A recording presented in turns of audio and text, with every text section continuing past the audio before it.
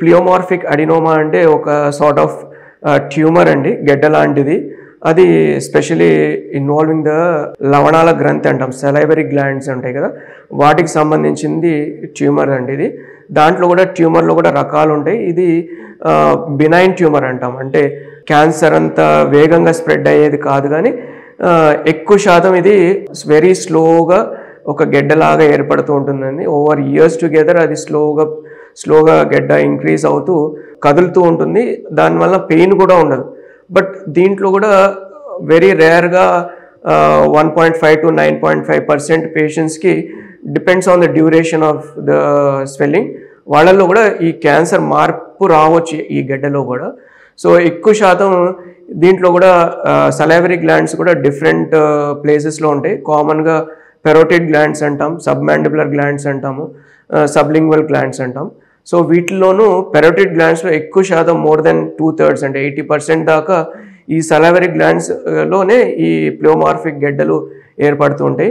అది పెరోటిడ్ గ్లాండ్లో కూడా 2 భాగాలుగా ఉంటుంది, డీప్ భాగము, సూపర్ఫిషియల్ భాగం. ఇది ఎక్కువగా సూపర్ఫిషియల్ భాగంలో ఈ గెడ్డ ఏర్పడుతూ ఉంటుందండి. సో ఈ గెడ్డకి మనం దాన్ని ఐడెంటిఫై చేయడానికి యూజువల్గా పేషెంట్ సైడ్ నుంచి ఓన్లీ గెడ్డలాగా నోటీస్ చేస్తారు, అది స్లోగా పెరుగుతూ వస్తూ ఉంటుంది.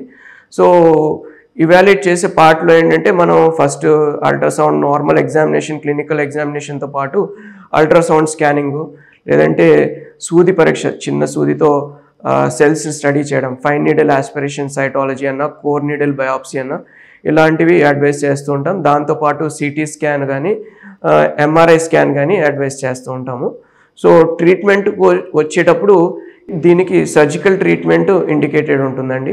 గెడ్డ కూడా పెరిగినట్టు యూజువల్గా ఇనిషియల్ స్టేజెస్లో అయితే దానికి ఓన్లీ స్వెల్లింగే ఉంటుంది, పెయిన్ అట్లాంటిది ఏముండదు. ఒకవేళ గెడ్డ దాని సైజ్ బట్టి, దాని లొకేషన్ బట్టి సిమ్టమ్స్ కూడా వేరీ అవ్వచ్చు. అక్కడికి మనకి ముఖానికి వెళ్ళే ఫేషియల్ నర్వ్ అంటాం, ఏదైతే మనకి ముఖాలకి ఎక్స్ప్రెషన్, ఫేషియల్ ఎక్స్ప్రెషన్స్కి కానీ మజిల్స్కి కానీ వెళ్ళే నర్వ్, దాని నుంచే వేర్పడి బయటకు వస్తూ ఉంటుంది ఫేషియల్ నర్వ్. సో ఆ గ్లాండ్ ఇన్వాల్వ్మెంట్, ఆ నర్వ్ ఇన్వాల్వ్మెంట్ బట్టి కూడా ఫేషియల్ వీక్నెస్ ఇలాంటి సిమ్టమ్స్ ఏర్పడుతూ ఉంటాయి. సో కొంతమందికి చెవు దగ్గరే ఉంటుంది, దవడ దగ్గర కానీ చెవు దగ్గర కానీ నొప్పి ఏర్పడము. కొంతమందికి అది లాంగ్ స్టాండింగ్ అలాగే ఉండి సడన్గా ఎన్లార్జ్ అయ్యి సైజు, బ్లీడింగ్ అవడము, పుండ్ అవడము. అంటే సడన్గా ఎన్లార్జ్ ఏంటంటే దాంట్లో క్యాన్సర్ మార్పు వచ్చే అవకాశాలు ఎక్కువ శాతం ఉంటాయి. సో ఇలాంటివన్నీ depends on the presentation of the and duration and size of the swelling అండి. సో ట్రీట్మెంట్ పరంగా వస్తే దీనికి సర్జికల్ ట్రీట్మెంట్ డెఫినిటివ్ ట్రీట్మెంట్ అండి. సో ఏదైతే గెడ్డ ఉన్నదో దాన్ని తొలగించాల్సి వస్తుంటుంది. సో దాన్ని ఎదర్ సూపర్ఫిషియల్ పెరోటిడెక్టమీ అంటాము, ఆర్ టోటల్ పెరోటిడెక్టమీ అంటాము.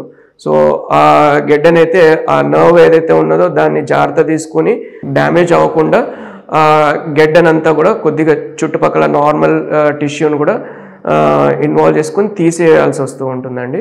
సో ఇంకా వేరే glands, submandibular glands, sublingual glands, వాటినన్నిటిని కూడా కంప్లీట్గా తీసేయాల్సి వస్తూ ఉంటుంది. సో వెరీ రేర్గా చుట్టుపక్కల ఉన్న బోన్స్ని ఇన్వాల్వ్ చేసే అవకాశం చాలా తక్కువ ఉంటుంది. సో ఈ సర్జరీతో పాటు కొంతమందికి రేడియోథెరపీ కూడా అవసరం ఉండే అవకాశం ఉంటుందండి.